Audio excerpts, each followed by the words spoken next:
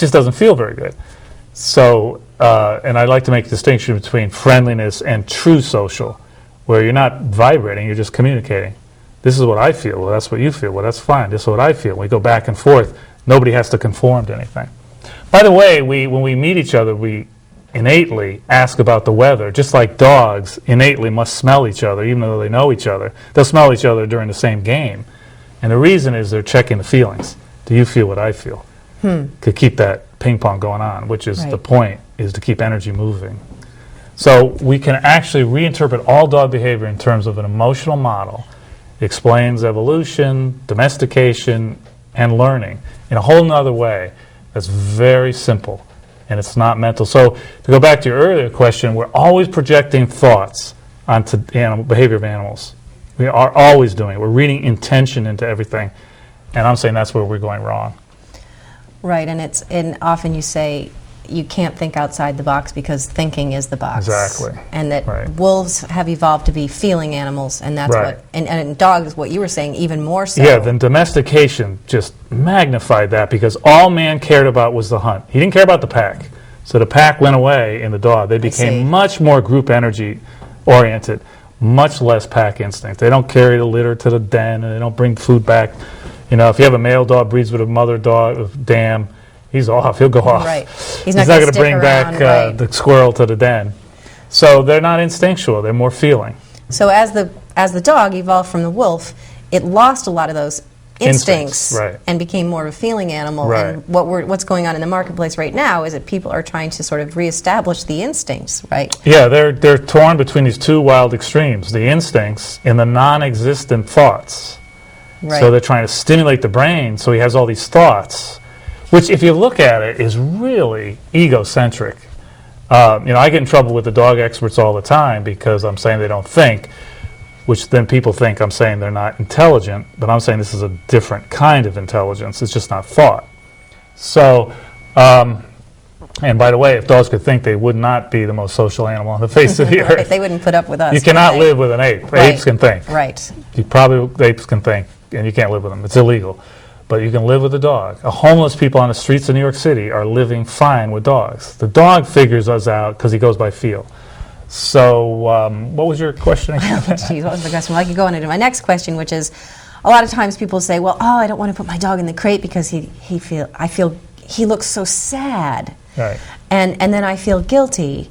Or just what's really going on there? Well, if you feel guilty, that means you're trying to harm the dog. Like when you go to court and you say, yes, Your Honor, I'm guilty, well, they give you the penalty. All right, well, you're guilty. You have to pay the consequence. So if you feel guilty around your dog, then you're saying to your dog energetically, I'm doing this to you on purpose. So yeah, he looks depressed.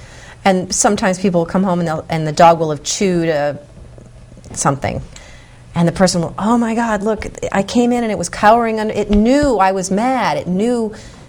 Yes, it felt your fear and anger. And it did it on purpose. It went after my favorite shoe because I left it alone all day.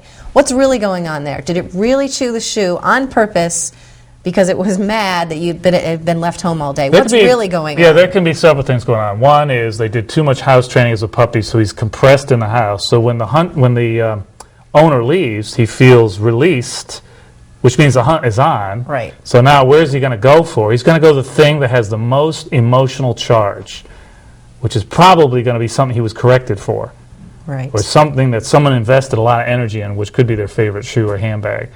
By the way, the number one chewed item in the modern puppy now is the clicker, the TV clicker. The remote control, because people are pointing with it. People are investing all the energy. They're just like putting all the energy into TV, and it's the object of it is this.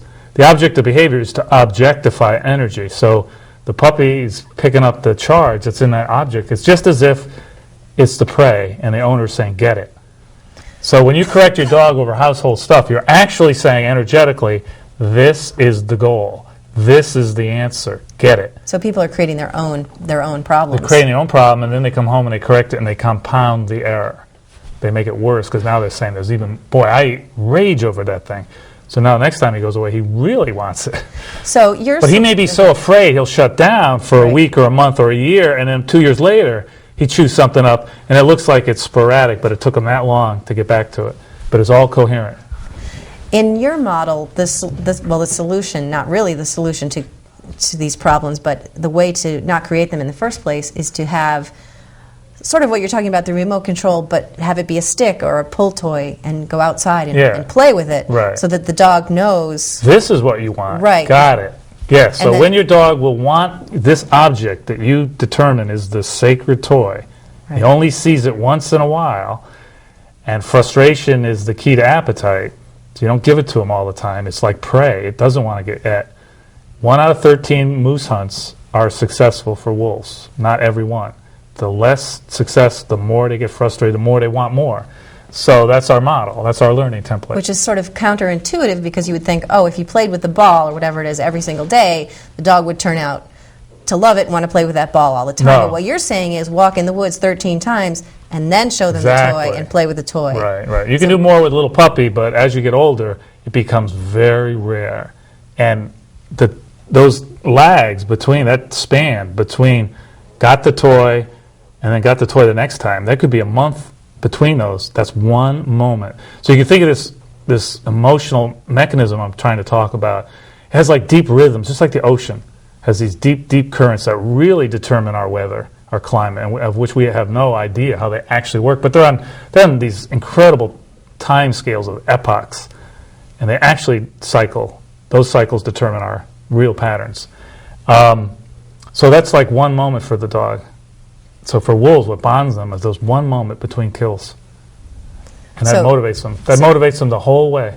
And we think motivation is taking the dog to the park every single day and throwing the frisbee every single day, but you're saying that's mousing. That's entertainment, but that's not hunting. That's not moosing.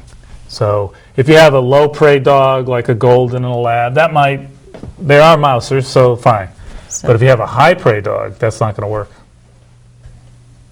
And does that help solve problems with behavioral problems? Well, before you give them the problem, give them the answer. This is where your energy should go. Make sure you give them go before you teach them no.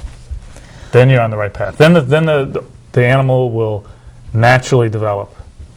And it won't feel good to choose